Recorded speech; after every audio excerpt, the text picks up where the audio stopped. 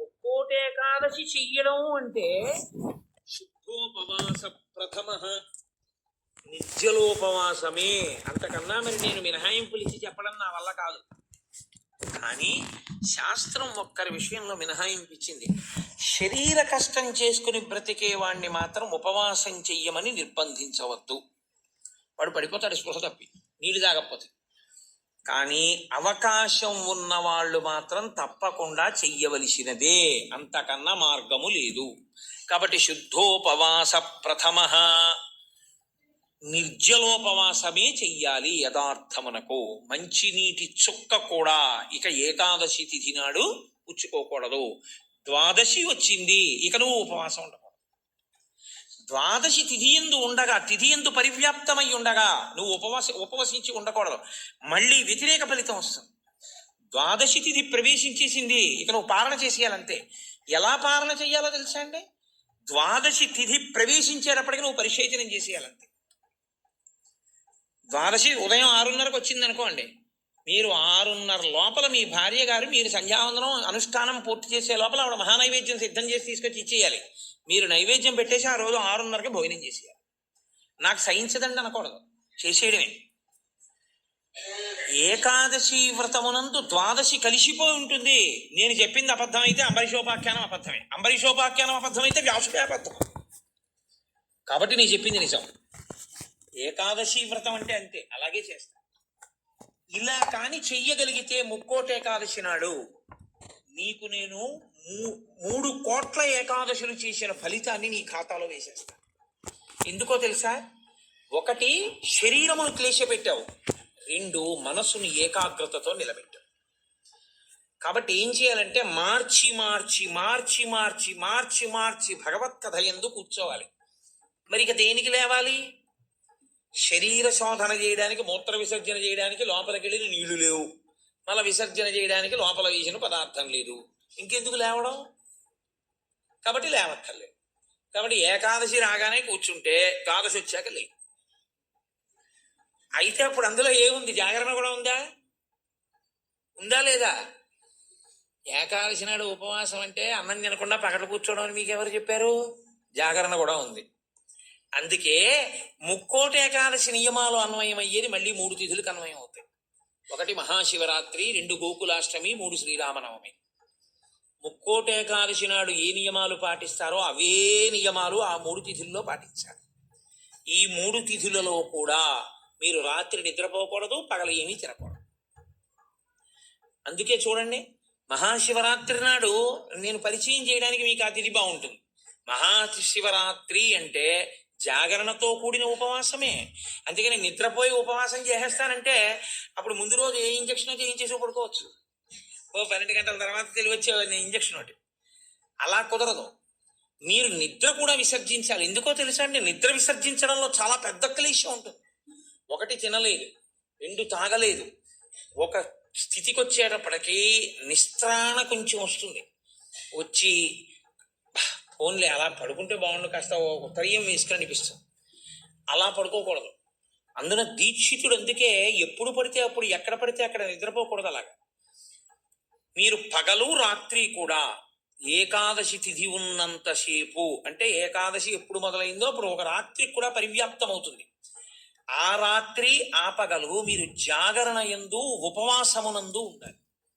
అంటే మారుస్తూ ఉండాలి. ఒకటే చేస్తున్నారు అనుకోండి, మనసు ఏమవుతుందంటే దాన్ని విడిచిపెట్టి ఇంకో చోటుకి వెళుతుంది. అందుకే ఏకాదశి చేసేటప్పుడు ఏం చేస్తారంటే సంఘంగా చేస్తారు.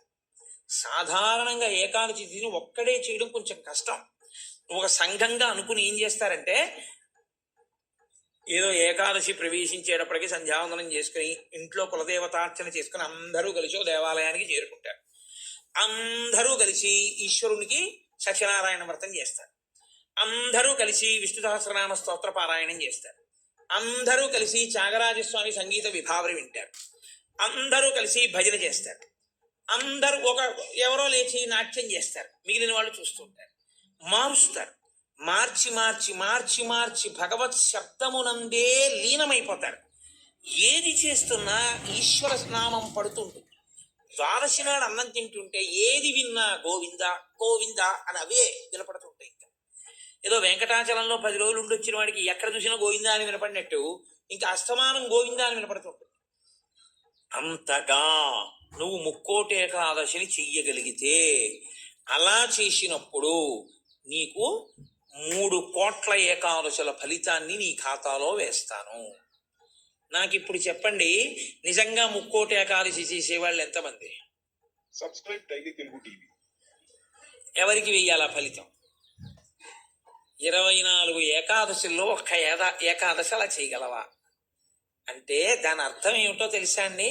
ఒక ఏకాదశి నిజంగా అలా చెయ్యాలని మీరు అనుకుంటే కనీసం ఇంకో ఏకాదశి మీరు అలా రిహార్సల్ వేయాలి. మీరు ఇంకో ఏకాదశికి రిహార్సల్ వేస్తే అది వస్తోంది ఇబ్బంది, కాబట్టి ఆ రోజు ఇది రాకుండా చూసుకుందామని మీరు జాగ్రత్త పడతారు. ఓ పని చేస్తున్నారు అనుకోండి, ముందే ఇలా చేస్తే బాగుంటుంది, ఇలా చేస్తే బాగుంటుందని ప్రణాళిక రచిస్తారే, ప్రణాళిక రచనకు పక్కన ఇంకొక ఏకాదశి జరగాలి. అందుకే ముక్కోటి ఏకాదశి ఒక ఏకాదశి ఎవడు చేయడు, పక్కన ఇంకో ఏకాదశి చేస్తారు. ఏదో ఏకాదశి చేశారనుకోండి, ఓహో ఏకాదశి చేస్తే ఇదిగో ఇలా ఇలా ఇబ్బందులు ఉంటాయి. నేను మీకు ఒక ఉదాహరణ చెప్తాను. ఏకాదశి రేపు వ్రతం చేద్దాం అనుకుని ముందు రోజు మీరు పుల్లని పదార్థాలు, తీయటి పదార్థాలు బాగా తినేశారనుకోండి, మీరు ఇంక దాహాన్ని ఆపలేరు. దాహము తనంత తాను పొటమరించకుండా ఉండాలి అంటే మీరు శారీరకమైన ఆంతరమైన జాగ్రత్తలు కొన్ని తీసుకోవాలి. ఒకటి, వేడిగా ఉన్న చోటుకి వెళ్ళి మీరు కూర్చోకూడదు, శరీరం పడిపోతుంది, డిహైడ్రేట్ అయిపోదు. కాబట్టి అందుకే పరమేశ్వరుడు కూడా అనుకూలమైనటువంటి కాలంలో ఇచ్చాడు, పుష్యమాసంలో ఇచ్చాడు. నీటిని శరీరం ఎక్కువ డిమాండ్ చేయదు ఈ టైంలో. ఇది ఆయన పట్టుకెళ్ళి రోహిణీ కార్తీలో పెట్టాడు అనుకోండి, అసలు ఉండడు ఆవిడ చేసేవాడు కదండి. అందుకని పట్టుకొచ్చి హేమంత ఋతువులో పెట్టాడు, తనంత తాను పైనుంచి చల్లగా ఉంటుంది. కాబట్టి ఏకాదశి చెయ్యడం అంటే దాని అర్థం ఏమిటో తెలుసా అండి? దానికి 3 రోజులు ముందు నుంచి మీరు పదార్థముల మీద అదుపులోకి వచ్చేయాలి. ఇక ఒక్కసారి అది తింటే మళ్ళీ ప్రయత్నపూర్వకంగా మీరు మంచినీళ్లు తాగాలనుకుంటే తప్ప దాహం వేయకుండా శరీరం నిలబడగలిగినటువంటి రీతిలో ఆహారం ఏది ఉంటుందో అటువంటి ఆహారాన్ని ఎంచి అంత సాత్విక ఆహారంతో నిలబెట్టాలి. నిలబెడితే ముక్కోటి ఏకాదశి నాడు నీళ్ళు అడగకుండా ఉంటుంది, శక్తి లోపల నిలబడుతుంది. అంతకు ముందు కొన్ని రోజుల పాటు మీలోని శక్తిని క్షయం చేసేయకుండా మీరు ఉండాలి, మీ తేజోక్షయం చేయకూడదు. అంతకన్నా ఇంకో మాట నేను చెప్పాను. అలా మీరు నిలబడగలిగితే ముక్కోటి ఏకాదశికి మీరు సిద్ధపడగలుగుతారు. అకస్మాత్తుగా ముక్కోటి ఏకాదశి ఓటీ చేసేస్తానంటే కుదరదు.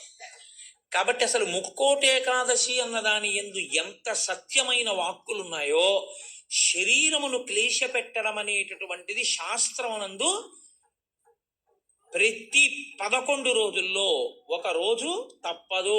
ఏకాదశి అంటే ఆ 11 ఈశ్వరుని యందు నిలబడాలి. 5 జ్ఞానేంద్రియాలు, 5 కర్మేంద్రియాలు, మనస్సు 11 నిలబెట్టాలి. దానికి ఉపవాసం చేయాలి. विराज रायचंद, रायचंद स्टील। स्टील? आपने वरदान स्टील का नाम सुना होगा। Of course. आप मिस्टर वरदान के बेटे? नहीं। छोटे भाई? नहीं नहीं। दामाद? नहीं। फिर? Share holder. Share holder? सही टाइम पे उनके शेयर्स खरीदे, तभी आज मैं यहाँ हूँ। जो आगे की सोचते हैं ग्रो करते हैं। Download Groww for stocks, mutual funds and IPO। Sir, coffee. No thank you. लगता है आपने ठीक कंपनीज के शेयर में इन्वेस्ट किया है। प्रतिभूति बाजार में निवेश बाजार जोखिमों के अधीन है। निवेश करने से पहले सभी संबंधित दस्तावेजों को ध्यान से पढ़ें।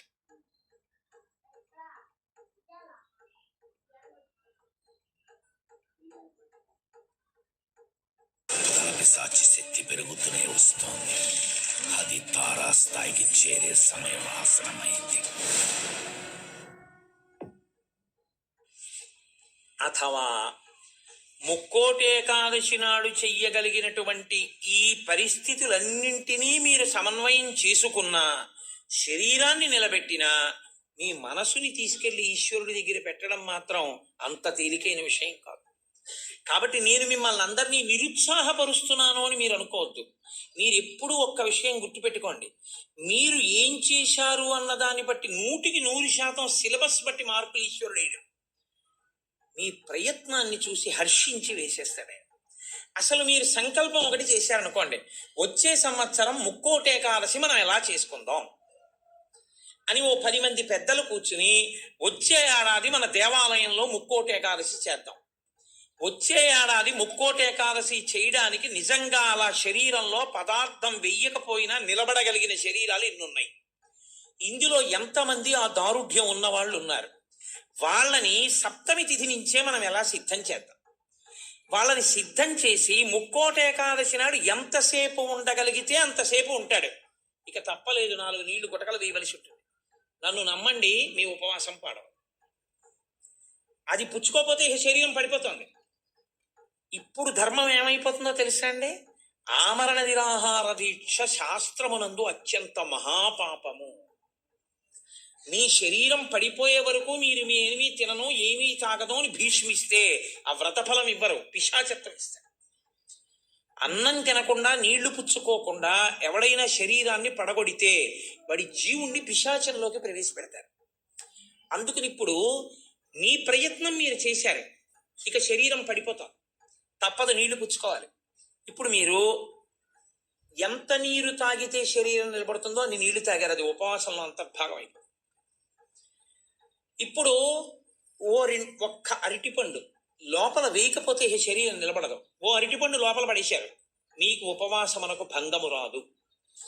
కాబట్టి గురుముఖత చాలా జాగ్రత్తగా శాస్త్రము చెప్పిన నియమములను బాగా విని అసలు దాని మీద తర్ఫీదు ఏడాది మొదలుపెట్టారనుకోండి, మీరు చాలా తక్కువ మందితో మేము ఇలా చేస్తాం అన్న సంకల్పం 1.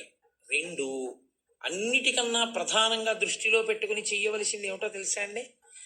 నీరు పుచ్చుకోకుండా ఆహారము పుచ్చుకోనప్పుడు మనసు ఆ స్థితికి వెడుతున్నప్పుడు ఎంత ఖేద పడుతుందో ఇప్పుడు అర్థమవుతోంది.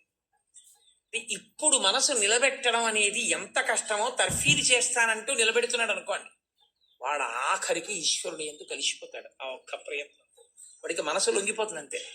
లొంగిపోయి ఈశ్వరనామమును ఎంత ఖేదంలోనైనా చెప్పడం వాడికి అలవాటు. దీనికి ముక్కోటి ఏకాదశి వచ్చింది. అయితే ముక్కోటి ఏకాదశి నాడు జరిగేటటువంటి క్రతువులలో ఒక భాగంగా ఉత్తర ద్వార దర్శనము అని ఒకటి ఉంటుంది. ఇది మళ్ళీ సంప్రదాయంలో ఒక్క వైష్ణవ దేవాలయాల్లో. అసలు ఇంకా నేను పరమ సత్యం చెప్పవలసి వస్తే ఇది యథార్థమునకు ఒక్క శ్రీరంగ క్షేత్రమునకే సంబంధించి. అందుకే ఉత్తర ద్వారం తీయడం అన్నది ఒక్క శ్రీరంగ క్షేత్రానికే ఉంది. అసలు నిజానికి మిగిలిన క్షేత్రాల్లో ఉత్తర ద్వారాలు తీయడాలనే మాటలు లేవు. కాలక్రమంలో ఏమైందంటే అందరూ శ్రీరంగ క్షేత్రానికి వెళ్ళి ఇన్ని కోట్ల మంది ఉత్తర ద్వార ప్రవేశం చేయలేరు. కాబట్టి కొంతలో కొంత ఎక్కడ ఉన్న విష్ణు క్షేత్రాన్ని అక్కడే శ్రీరంగ క్షేత్రంగా భావన చేసి రంగనాథుణ్ణి స్మరిస్తూ ఉత్తర ద్వారంలోంచి ఆ రోజున శ్రీ మహావిష్ణువు ఏమీ చెయ్యలేని వాడు, అన్ని విధాల ఇంకా అసలు నేను ఈశ్వర ఏమీ చెయ్యలేను, నువ్వే నాకు ఆధారం, నువ్వే నన్ను తీసుకుపో అన్నవాణ్ణి ఉత్తర ద్వారం తెరిచి తనతో తీసుకుపోతాడు. ఉత్తర ద్వారం తీస్తే మీరు ఎటువైపు కడతారు? ఉత్తరానికి కడతారు కదండి. ఉత్తర ద్వారం ఎందుకు తీయడం? దక్షిణ ద్వారం తీయకూడదా, తూర్పు ద్వారం తీయకూడదా? తూర్పు మంచిది కదా, మరి ఉత్తర ద్వారం ఎందుకు? మీరు యథార్థాన్ని గమనిస్తే ఉత్తరాన ఏముంటుందో తెలుసా అండి?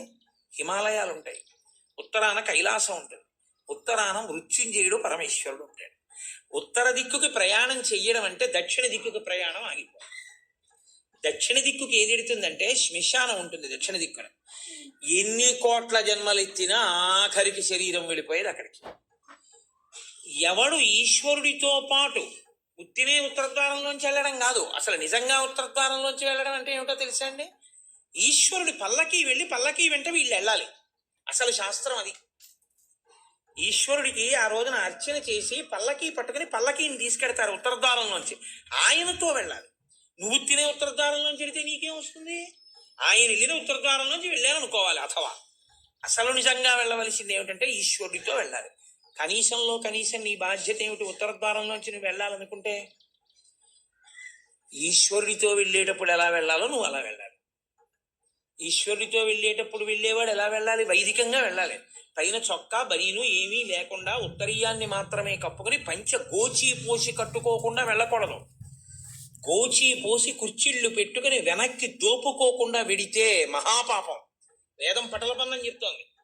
కాబట్టి కుర్చీళ్ళు పెట్టి గోచి పోసి వెనక దోపి అన్నీ విప్పి ఉత్తరీయం వేసుకుని ఎవరి సంప్రదాయానుసారం వారు తిలకధారణ చెయ్యాలి. నీకు ద్వాదశనామములైతే ద్వాదశనామములు, నాకు విభూతి ధారణ ఎలా చెప్తే అలా నేను విభూతి ధారణ, నేను చేసి శ్రీరంగనాథుడితో కలిసి ఆయన పల్లకీతో నేను ఉత్తర ద్వారంలోంచి మౌనంగా కానీ భగవన్నామం చెప్తూ కానీ ఆయన వెంట వెడితే నా ప్రాణోత్క్రమణం అయినప్పుడు కూడా ఆయన నన్ను అలాగే తీసుకెడతాడు ఉదారుడై. నన్ను నమ్మి శాస్త్రం నమ్మి నాతో ఓ రోజు వచ్చాడు కాబట్టి ఇప్పుడు అలాగే తీసుకెడతానని ఉత్తర ద్వారంలోంచి తీసుకెడతాడు. ఇది ఇక ఏమీ చెయ్యలేను, నాకేమీ చేత కాదన్నవాడైనా కనీసం చెయ్యాలి. ఏమీ చేత కాని వాడన్నా చెయ్యాలి. ఈశ్వరాన్ని నాకు ఏం చేతనైనని నేను అన్నీ చేసేస్తానని ఇది మాత్రం మానేస్తాను అన్నవాడన్నా చెయ్యాలి. అందుకే శివాలయంలో ఎందుకు ఉండదో తెలుసా అండి? ఉత్తర ద్వారంలోంచి వెళ్ళేది అక్కడికే కాబట్టి ఇంకా మళ్ళీ శివాలయంలో ఉత్తర ద్వారం ఎందుకు? అంత శివకేశవ అభేదంగా ఉంటుంది ముక్కోటి ఏకాదశి యథార్థములకు. కాబట్టి ముక్కోటి ఏకాదశి తిథి ఏకాదశి తిథి అంత గొప్పవై ఉంటాయి. అందుకని ఉత్తర ద్వార ప్రవేశం చేస్తారు. అటువంటి ముక్కోటేకాదశి తిథి నాడు మీరు భగవత్ సంబంధంగా ఏది చేసినా కూడా దేశకాలాదులను అనుసరించి కోట్ల రెట్లలో ఈశ్వరుడు దాని ఫలితాన్ని ఏర్పాటు చేసేస్తాడు. మీరు రామచంద్రమూర్తిని నించోపెట్టి పంచామృతాలతో అభిషేకం చేశారనుకోండి, 3 కోట్ల పర్యాయములు అభిషేకం చేసిన తరువాత ఆ మూర్తి ఎంత తేజస్సుతో నిలబడుతుందో అంత తేజస్సుతో నిలబడిపోతుంది. ఇప్పుడు ఆ వంశానికి ఆ దేవాలయానికి ఎంత శక్తి వచ్చేసిందో మీరు ఆలోచించండి. మీరు ఒక తులసిదళం పట్టుకొచ్చి శ్రీ మహావిష్ణువుకి ఇచ్చారనుకోండి, మీరు 3 కోట్ల తులసిదళాలు పట్టుకొస్తే ఏ ఫలితమో ఆ ఫలితం ఇస్తారు. 3 కోట్ల ఏకాదశుల్లో 3 కోట్ల తులసిదళాలు పట్టుకొచ్చి ఇచ్చిన ఫలితం. మీరు రేపు ఒక్కసారి శ్రీరామ రామ రామేతి రమే రామే మనోరమే అన్నారనుకోండి, 3 కోట్ల పర్యాయములు విష్ణు సహస్రాన్ని పారాయణ చేసిన ఫలితం వేస్తారు. రేపు అన్ని 3 కోట్ల మీద వేస్తారు. రేపు మీరు ఏమీ చేయలేదనుకోండి, 3 కోట్ల పాపాలు చేసిన ఫలితం వేస్తారు. 100 మంది పరీక్ష కడితే 30 మంది పాస్ అయ్యారని నేనంటే 70 మంది ఏమైనట్టు? ఫెయిల్ అయినట్టేగా.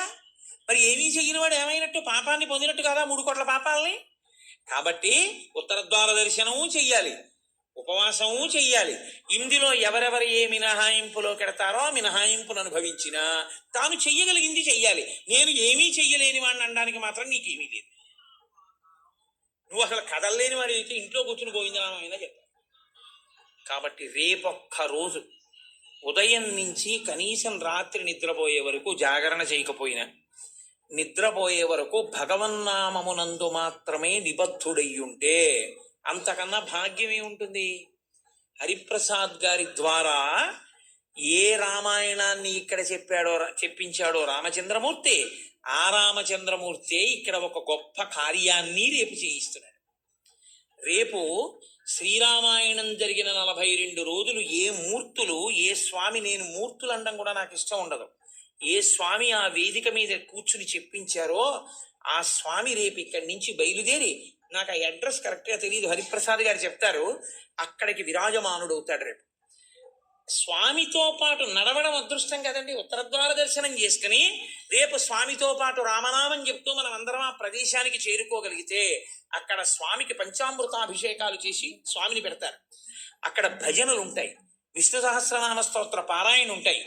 కాకినాడ నుంచి త్యాగరాజస్వామి కీర్తనలే తన ఊపిరిగా బతికేటటువంటి మా అక్కగారు పెద్దాడ సూర్యకుమారి గారు వచ్చారు. ఆవిడ రామచంద్రమూర్తి యొక్క కీర్తనల మీద కచేరీ చేస్తారు. ఆ రామనామ సంకీర్తన ఉంటుంది. హాయిగా మీరు అంతగా మన శరీరాలు అలవాటు పడిపోయాయి కాబట్టి పడిపోతుందేమో అనుకుంటే, నేను అనుకుంటున్నాను ఆయన పెట్టడానికి సిద్ధహస్తుడు కాబట్టి ప్రసాదం కూడా కొంచెం సాత్వికంగా ఉంటుంది ఇది, కాబట్టి కొద్దిగా సాత్విక ప్రసాదం ఉంటుంది. కాబట్టి ఆ సాత్విక ప్రసాదం పుచ్చుకొని సాయంకాలం వరకు కూర్చోవచ్చు. చక్కగా రామనామం చెప్తూ 1 గంట రామనామం రాస్తూ, అంతకన్నా భాగ్యమే ఉందండి. ముక్కోటే కాల్సినాడు, రేపు పుస్తకాలు ఇప్పించండి అయ్యా మాకు. 1 గంట రామనామం రాసుకుని, రామనామం చెప్పుకొని, విష్ణు సహస్రం పారాయణ చేసుకుని, తులసి అర్చన చేసుకుని, పంచామృతాభిషేకం చూసుకుని, కీర్తనలు చూసుకుని నేను కాకినాడ వెళ్ళిపోతాను, మీరు ఇంటికి వెళ్ళిపోతారు. ముక్కోటి ఏకాదశి ఏ రామచంద్రమూర్తి దగ్గర కూర్చొని మనం రామాయణం విన్నామో ఆ రామచంద్రమూర్తి గుంటూరులో ఉన్న వాళ్ళందరికీ ముక్కోటి ఏకాదశి నాడు కూడా అద్భుత ఫలితాన్ని ఇప్పిస్తారని సంకల్పం చేశాడు.